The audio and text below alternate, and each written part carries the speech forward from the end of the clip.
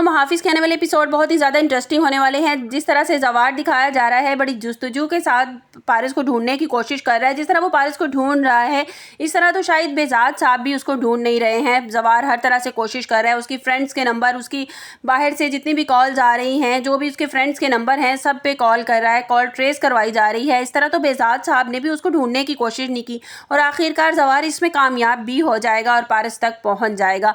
और जैसे ही जवार पारस के पास जाएगा, पारस के तो पैरों तले से ज़मीन निकल जाएगी, वो उठकर खड़ी हो जाएगी और डर जाएगी कि जवार तुम्हें बाबा जान ने भेजा है। जिस पर जवार कहेगा कि मुझे बाबा जान ने नहीं भेजा, बहुत बड़ी गलती कर दी पारस तुमने इस तरह से भाग के, ये कोई हल तो नहीं था। अगर तुम आफ्ताब से शादी नहीं करना चाहती थी तो बेजाद साहब को बता सकती थी।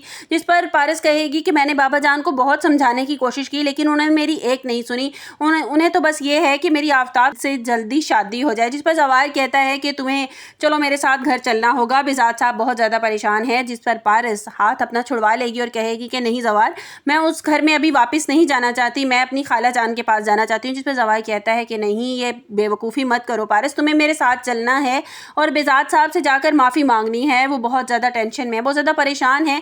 और जवार कहता है कि मैं तुमसे वादा करता हूँ कि तुम्हारी शादी मैं आफ्ताब के साथ नहीं होने दूंगा, मैं वादा करता हूँ। जिसमें पारस को यकीन आ जाता है और कहती है कि ठीक है, अगर तुम मुझसे वादा करते हो कि तुम मेरी शादी आफ्ताब से नहीं होने दोगे तो मैं तुम्हारे साथ जाने के लिए तैयार हूँ।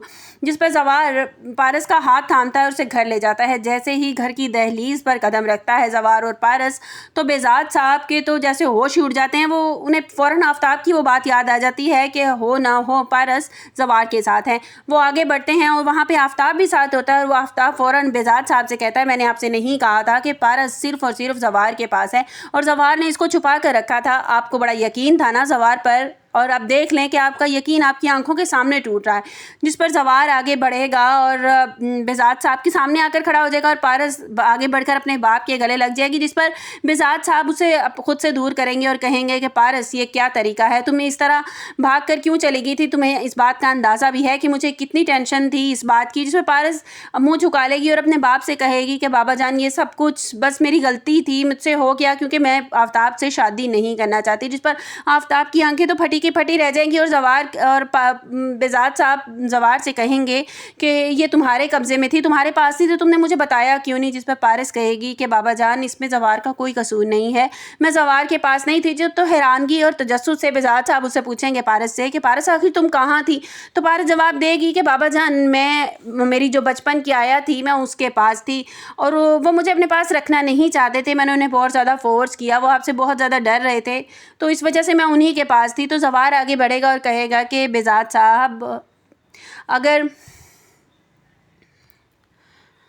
बेजाद साहब पारस आफ्ताब से शादी नहीं करना चाहती और इसे फोर्स मत करें। बेजाद साहब, पारस आफ्ताब से शादी नहीं करना चाहती, इसे फोर्स मत करें। तो आफ्ताब गुस्से में चिल्लाकर बोलेगा कि ये हमारे घर का मामला है, तुम इस चीज़ से दूर रहो तो बेहतर है।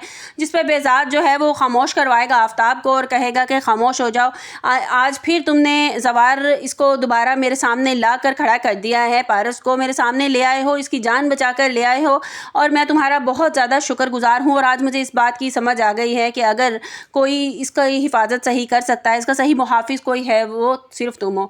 जिस पर आफ्ताब को बहुत ज़्यादा गुस्सा आएगा क्योंकि आफ्ताब को यही लग रहा है कि पारस और जवार के बीच कुछ ना कुछ चल रहा है। तो वो आफ्ताब बेजाद जो है वो जवार का शुक्रिया अदा करेगा और जवार वहाँ से चला जाएगा और पारस अपने कमरे में चली जाएगी। जिस पर आफ्ताब बेजाद साहब के कान भरने की कोशिश करेगा कि मामू जान, आपको क्यों समझ नहीं आ रही है, आपको सिर्फ इन्होंने एक स्टोरी सुनाई है, कहानी बना के सुनाई है, जबकि पारस इसी के पास थी और ये झूठ बोल रहा है। जिस पर बेजाद साहब कहेंगे कि ये झूठ नहीं बोल रहा, अगर ये झूठ बोल रहा होता ना तो ये खुद से कभी पारस को मेरे पास ना लेकर आता और ये इसने मेरी बेटी की हिफाजत की है और ये मैं एहसान इसका ज़िंदगी भर नहीं भुला सकता। आफ्ताब को बहुत ज़्यादा गुस्सा आता है और वो घर चला जाता है और शाहीन और नदीम आफ्ताब को समझाने की कोशिश करते हैं, बेटा अगर वो तुमसे दूर हो रही है, तुमसे शादी नहीं करना चाहती तो उसकी जान छोड़ क्यों नहीं देते। और दूसरी तरफ वहाब दुरानी को भी इस बात का इल्म हो जाता है कि पारस की एंगेजमेंट कर दी गई है आफ्ताब से। तो वो वहाब दुरानी बजाज साहब को कॉल करता है और कहता है कि तुम क्या चाहते हो कि तुम अपनी बेटी की शादी कर दोगे या मंगनी कर दोगे तो तुम अपनी बेटी को बचा लोगे मुझसे। तो ये बजाज साहब तुम्हारी बहुत बड़ी गलतफहमी है, मैं तुम्हारी बेटी का मरते दम तक पीछा नहीं छोड़ूंगा। तो बजाज साहब बहुत ही ज़्यादा परेशान हो जाते हैं और सर पकड़ के बैठ जाते हैं कि पारस तो शादी करना नहीं चाहती आफ्ताब से, तो ऐसा कौन सा लड़का ढूंढूं मैं जो इसकी हिफाजत कर सके, इसका मुहाफिज बन सके। तो शायद फिर उनके जहन में अब बेजवार का ख्याल आ जाए, क्योंकि अब दिखाया ये जा रहा है कि बेजाद साहब खुद इस बात को एक्सेप्ट भी करते हैं कि ये बेजाद जो है, जवार जो है, वो उनके बचपन के दोस्त इजाज़ का बेटा है। तो शायद वो इस बात को के लिए रजामंद हो भी जाए जवार के लिए। आप लोगों को क्या लगता है, आपको मेरी वीडियो कैसी लगी?